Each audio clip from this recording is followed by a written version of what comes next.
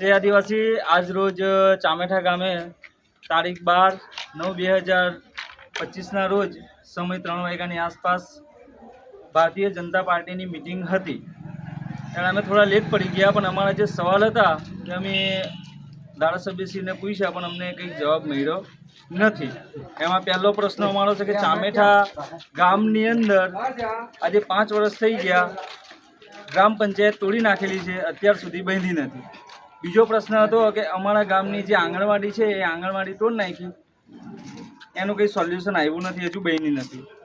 ત્રીજો પ્રશ્ન છે ચામેઠા પેટા ફળિયા ચમડી ઉપર ત્યાં વર્ષોથી પાણી ભરાય છે, જે તે સમયે સાફ સફાઈનું કંઈ ખબર નહીં, કોઈ ફાયદો જ થતો નહીં, દર વર્ષે પાણી ભરાઈ જતું, એનું સોલ્યુશન ક્યારે આવશે? આ પ્રશ્ન હતો. ચોથો પ્રશ્ન છે કે ચામેઠા કોટેરોની અંદર જતા રસ્તામાં પાણી વધારે ભરાઈ જાય છે અને બાળકોને સ્કૂલે આવવાનું હોય તો તકલીફ વધારે પડે છે, પાણી ગુઠેડે પાણી ભરાય છે. હવે ત્યાં વર્ષોથી રજૂઆત કરવા છતાં અત્યાર સુધી ત્યાં ગટર લાઈન મુકાઈ નથી. ચમડી પીપેર આરસીસી રોડ બનાવેલો છે, તૂટી જાય છે દર વર્ષે. અમે અભિસિંહ કાકાને 3 વર્ષ પહેલાં રજૂઆત કરી હતી કે અમારે ચમડી પર ગામની અંદર તકલીફ પડી રહેલી છે, તમે ડામર રોડ બનાવો. તો એમણે 3 વર્ષ પહેલાં એવું કીધેલું કે મંજૂર થઈ ગયો છે, બની જશે. હમણાં બી એવા કે મંજૂર થઈ ગયો છે, બની જશે, પણ ક્યારે બનશે ક્યારે એની વાત કોઈ કરતા નથી. ચામેઠા ગામની અંદર સામૂહિક આરોગ્ય કેન્દ્ર આવેલું છે, ત્યાં પૂરતો સ્ટાફ છે કે નથી એ ખબર નહીં, પણ રેગ્યુલર ખુલતું નથી.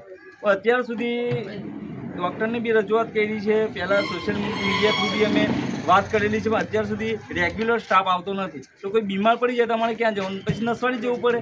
તો તાત્કાલિક કોઈની જોડે ભાડું ના હોય, અહીંયા ખોયલું છે બરાબર છે, તો અહીંયા ટ્રીટમેન્ટ મળવી જોઈએ ને, એ ટ્રીટમેન્ટ મળતી નથી. ચામેઠા ગામની અંદર આખા ગામમાં થાંભલા ઉપર લાઇટ ફરજિયાત લગાવવાની હોય, અત્યાર સુધી લાઇટ લાગેલી નથી. અમારા ગામની અંદર અમારા ગામમાં મિનિમમ 100 વ્યક્તિ પ્લસ 100 વ્યક્તિથી વધારે આધાર કાર્ડ બાકી છે નાગરિકોના. હવે આધાર કાર્ડ કઢાવવા માટે છોટાઉદેપુર જવું પડે. હવે છોટાઉદેપુર જવા માટે પૈસા બી જોઈએ ને, તો છોટાઉદેપુર શું કરવા જવાનું? અહીંયા તમે નસવાડીમાં એની વ્યવસ્થા કરી આપો ને. તો આધાર કાર્ડ અમારા ગામના 100 પ્લસ છે, તો આખા નસવાડી તાલુકાના કેટલા હશે? તો એ બાબતે અમારે રજૂઆત કરવાની હતી.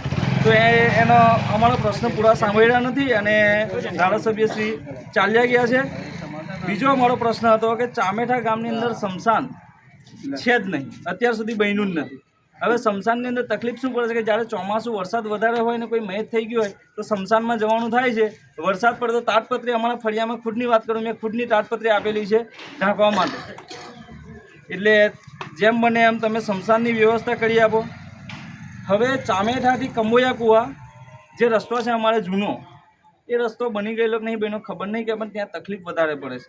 જો ત્યાં એને તમે રોડ બનાવી આપો, કારણ કે મોટાભાગના ખેડૂતો બધા ત્યાં જ છે, બધાના ખેતર એ બાજુ જ છે, તો ખેડૂતોને એટલી બધી તકલીફ પડી રહેલી છે. આજે બોલવાનું હતું પણ અમારી જોડે ટાઈમ નહોતો, અમારાથી ટાઈમે આવી ના શકાયું. તો અમે રજૂઆત તો કરી પણ અમારી રજૂઆત સાંભળી નથી. તો એ રસ્તો તમે તાત્કાલિક ધોરણે બનાવો, કારણ કે ખેડૂતોને બહુ તકલીફ પડે છે. આનું સોલ્યુશન તમે જેમ બને એમ ફટાફટ લાવો. અને ચામેઠા વસાહતની અંદર જ્યારે વસાહત આવી, એકવાર ડામર રોડ બન્યો હતો. હવે રસ્તો એટલો બધો ખરાબ છે, કોઈ જોવા નહીં જતું ત્યાં. હવે એ બી એમને વોટની જરૂર નહીં પડતી તમારે, એ લોકો બી વોટિંગ કરે છે ને. તો વસાહતનો રોડ તમે બનાવો, જે તે સમયે ડામર બનાવો, પાછો મંજૂર કરીને લાવો ને, ડામર બનાવો. તમે બીજા ડુંગરમાં બનાવો છો, ડામર બનાવો છો, અમે આટલા કરોડના કામ લાવ્યા, અમે આટલા કરોડના કામ લાવ્યા, આટલા કામ કર્યા. અહીંયા કરો ને પ્રોપર. તમારા કોઠિયા પંચાયત, તમે કોઠિયાના છો, ચામેઠા પંચાયતમાં કરો ને. વસાહતની અંદર એટલી બધી તકલીફ પડી રહેલી છે, ત્યાં ડામર રોડ તમે બનાવી આપો. પછી 15મો પ્રશ્ન અમારો હતો કે ચામેઠા વસાહતની અંદર એક શિક્ષક છે, હમણાં રેગ્યુલર આવ્યો છે, શાળા જર્જરિત છે. તો શાળા તમે બનાવો કે શાળા કદાચ કંઈક તૂટી જાય, અમુક જગ્યાએ બનાવ બનેલા છે કે શાળાઓ તૂટી ગઈ અને બાળકો 5-6 બાળકો મળી ગયા હતા. તો એવો બનાવ અહીંયા બને તો બાળકો કોણ? અમારા જ હશે ને, તમારા થોડા જવાના છે. તમે તો ઊંચા હાથ કરી નાખશો કે તંત્ર બધું કરશે. તંત્ર શું કરશે? અત્યાર સુધી તંત્રએ કર્યું શું એમને જવાબ પણ તમે. એટલે તાત્કાલિક ધોરણે તમે તાલુકા શિક્ષણ અધિકારીને બી એમની રજૂઆત કરેલી છે, તો બી કીધેલું કંઈ વાંધો નહીં, અમે પ્રોસેસ કરીએ છીએ, એ કરીએ. કોઈ પ્રોસેસ થતી નથી, ખાલી કહેવા પૂરતી જ પ્રોસેસ કરે છે. તમે જાઓ એટલે તમને આશ્વાસન આપે છે, બાકી કામગીરી થતી નથી બિલકુલ. અને શિક્ષક એક હોય એક વસ્તુ તમે સમજો કે એક શિક્ષક હોય, ચામેઠા વસાહતની એક શિક્ષક છે, ચમડી પર પ્રાથમિક શાળામાં એક શિક્ષક છે, તો 1 થી 5 ધોરણ ત્યાં હોય તો 1 થી 5 ધોરણની અંદર એક શિક્ષક ભણાવશે કે સ્કૂલની કામગીરી કરશે? સ્કૂલની કામગીરી બી કરવી પડે ને, તો ભણાવશે શું? તો 1 થી 5ના બાળકો છે, એક શિક્ષક હોય તો ભણાવવાનો શું એને? પછી અમારા બાળકોને પછી અમારે કાઠિયાવાડ જ મોકલવા પડે, એનો મતલબ જ એવું થયો ને. આદિવાસી વિસ્તારની અંદર શિક્ષણ એકદમ થથરી ગયેલ છે, તો તમે એને ધ્યાન આપો. જેમ બને એમ તમે શિક્ષકોની ભરતી પૂરી કરાવો. એટલા બધા MA BEd થયેલા છે, ટેટ ટાટ પાસ કરેલી છે, તો એ લોકોને તમે શિક્ષક તરીકે એ કરો ને, તો અમારા વિસ્તારની અંદર તકલીફ તો ના પડે. આખા ગુજરાતની અંદર શિક્ષકો પૂરતા છે. અમારા છોટાઉદેપુર જિલ્લાનું જે ટ્રાઇબલ એરિયા છે ત્યાં જ કેમ શિક્ષકો નથી? એટલે અમારા બાળકોને ભણાવવાના નહીં, ભણે ના એટલે પછી અંગૂઠા સાફ હોય એટલે એ લોકો જે રીતના કે એ રીતના અમારે કરવાનું. એનો મતલબ જ એ થયો ને, ઘેટા બકરાની પેટ અમારે ચાલવાનું બાળકોને. શિક્ષણ હોય તો બાળક આગળ જાય ને, હવે શિક્ષણ નહીં હોય તો ક્યાંથી આગળ જવાનું છે? આ રીતના